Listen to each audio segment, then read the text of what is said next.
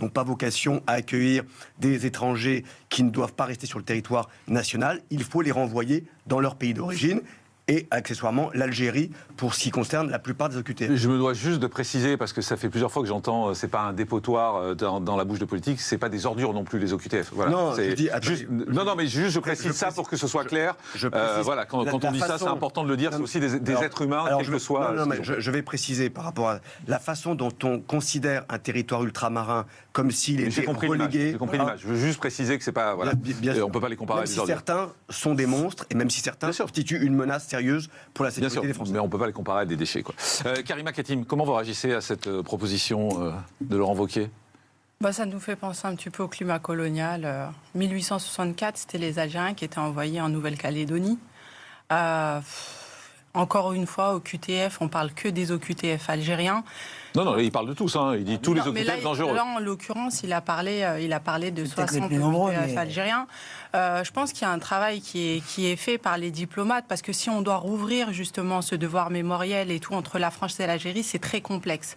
On va commencer à parler du plan des lignes. Mais on ne parle pas de l'Algérie, là, franchement. Oui, mais là, il a cité, en l'occurrence, il a cité les 60 OQTF. Oui, parce que c'est eux, on ne sait pas quoi faire. Mais, je ne pense pas qu'ils soient... Honnêtement, Karima, honnêtement, je pense qu'ils ne ciblent pas les Algériens en particulier. Je pense qu'ils ciblent tous les OQTF dangereux, c'est ce qu'il dit. Oui. Julien, j'aimerais bien entendre Karima si dans un pays du Maghreb, quel qu'il soit, au hasard l'Algérie par exemple, vous aviez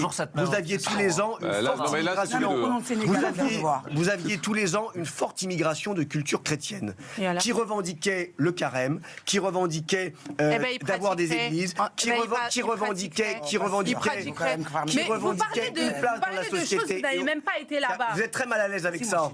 Mais vous avez le cardinal Jean-Paul Vesco qui a été nommé par le pape là-bas. Mais vous nous parlez d'un pays... Mais exactement. Mais c'est dingue. Vous avez des églises en Algérie. Mais vous parlez d'ouverture. Il n'y a qu'en France qu'on parle comme ça. En Allemagne, il y a 5 millions de Turcs qui sont totalement intégrés. En Allemagne, ils ne parlent pas comme ça. Aux États-Unis, ils ont eu le temps d'élire un président noir. On est encore au stade de lui, il est bon, lui, c'est un mauvais Français. Je vois pas le rapport avec un président noir. Parce qu'on est dans un pays raciste qui se radicalise tous les jours. On est dans un pays raciste. On est dans un pays raciste. Mais bien sûr que oui. Les personnes préférées des Français, c'est Zidane des Noirs. Ne dites pas n'importe quoi. C'est que quand ça remonte, quand il s'agissait je vous dis que c'est les préférés des Français. On accueille ça. Vous dites n'importe quoi, vous dites pas que la France c'est raciste. On ne peut pas laisser insulter la France comme ça. Mais d'où la France ? C'est ma France. Et vous l'insultez de raciste. Et vous l'insultez notre pays de raciste. C'est à cause de vous. C'est à cause de vous qu'elle se radicalise. Parce que vous mettez des gens dans des cases. Vous n'avez pas d'injonction. Rendez-nous notre argent déjà. Non, mais arrêtez avec ça. Ça c'est nul. Mais dites pas. Ils aiment la France, ils aiment la France, ils la volent. Moi, j'en ai marre de faire la juste vous attaquer en diffamation. Mais attaquez-moi en diffamation, je serai beaucoup moins condamné que vous. S'il vous plaît, un instant.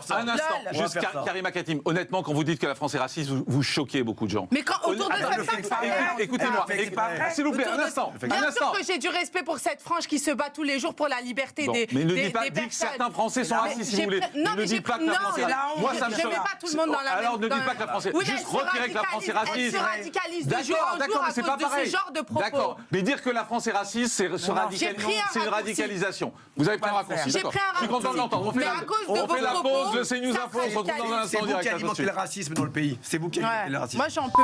Ce sont les Anglais. Ce sont les Anglais. Oui, sacré anglais. Et me tout pas, je m'en tape. Et me tout pas, je m'en tape.